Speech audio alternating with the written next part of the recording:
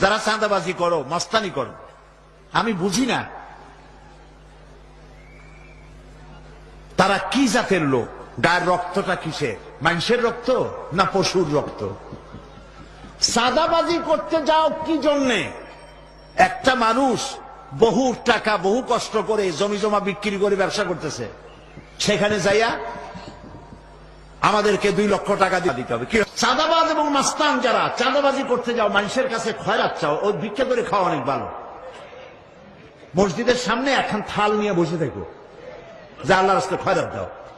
দোকানদারের কাছ থেকে চাঁদাবাজি করা, বিল্ডিং কেউ নতুন বানাইতে পারে না, অমনি হাজির।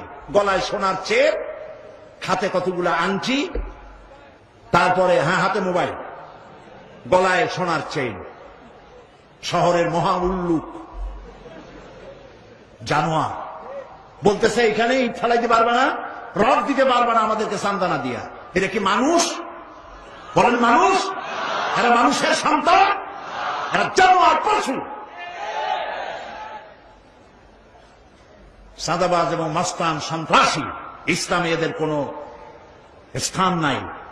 এদেশে যদি কোরআনের রাজ কায়েম হয়, সন্ত্রাসীদের মাথা কামাইয়া ঘোল ঢেলে দেওয়া হবে, যাতে মাথা ঠান্ডা থাকে। এই জন্য মাথা ঠান্ডা করিয়া বসে থাকবে। আর সকলের চাকরি দেওয়া হবে, কাজ করো আর খাও, চাঁদাবাজি করো না। শ্বশুরের কাছে চাঁদাবাজি করে, বউর কাছেও চাঁদাবাজি করে। এত বড় লক্ষ্মী ছাড়া বউরে যায় বলে আমার হিরোইন খাওয়ার পয়সা দিবি। পত্রিকা আসছে না ভাই? কত বড় শয়তান, বউর কাছে চাঁদা চায়। আল্লাহ এইসব চাঁদাবাজ, মাস্তান, অপহরণকারী আর সন্ত্রাসী জানোয়ারদের হাত থেকে আল্লাহ এই দেশকে রক্ষা করুন। বলেন আমিন। চিল্লায় বলেন আমিন।